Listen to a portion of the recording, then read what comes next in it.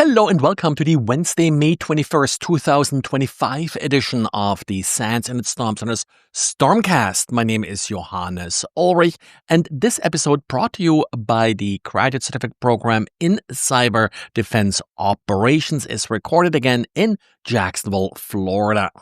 Well, today's diary is not a hot new threat for a change, but something that has been happening for a while. The reason I wrote about it today was earlier today, Caleb in our Slack channel asked the question whether or not researchers scanning the internet actually obey RFC 9511. Now, you may ask, what is RFC 9511? It's a standard that suggests researchers who are scanning the internet, should do something to identify their scans as originating from a research project and also help people who are targeted by these scans to contact whoever is the origin organization of these scans. There are a number of methods that this particular RFC proposes. For example, you can set up a web server on the system performing the scans, and then a standard file on that web server will identify the origin of the scan. Also, you can basically add some information like a URL or such as part of the payload of the data that you're sending. The most common implementation I see is that researchers are adding a string like a URL to the user agent when they're scanning web applications. And that's, of course, one thing that we are looking at. For a few years now, we are publishing a list of IP addresses that we consider part of research organizations performing scan. Now, some of them are commercial, but the idea is the same, that they're scanning the internet to, for example, identify infected systems or identify weakly configured systems. Shodan probably being the largest one, SANS also being quite verbose and often cited when it comes to these type of scans. Overall, 33,000 addresses are currently in our database.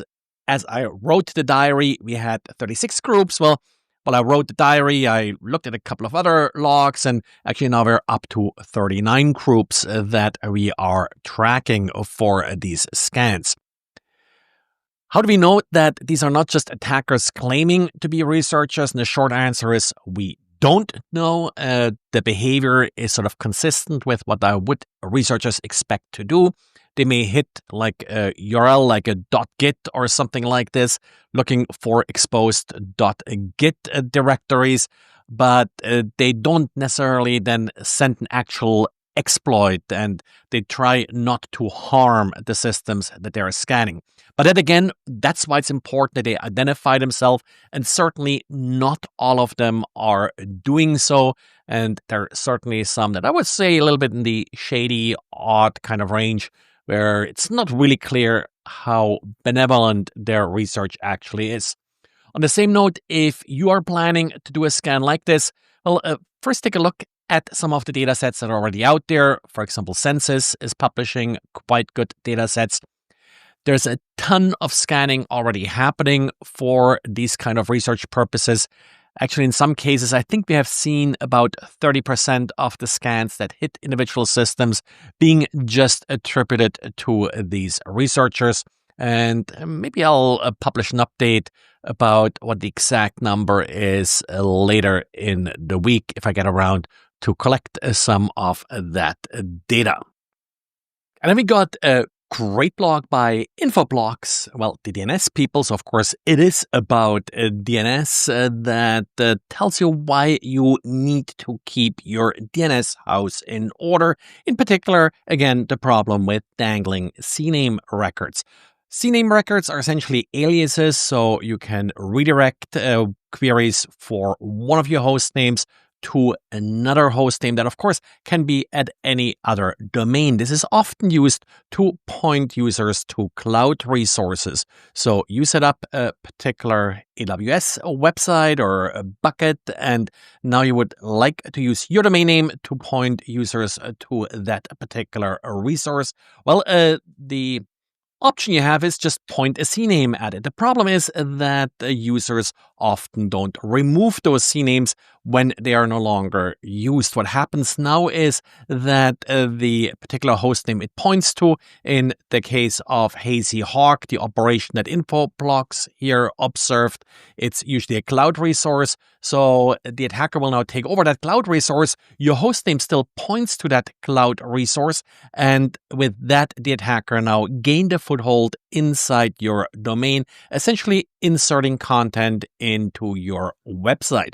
This has been a common issue where various variation of these problems, essentially registering CNAMEs, registering domains, and not renewing them or not maintaining them after they no longer are being used, are being abused by attackers. Now, Infoblox points out that this is not a trivial attack because in order to find these delegations, well, the attacker has to usually sift through quite a bit of DNS data and also needs to have access to a lot of DNS data.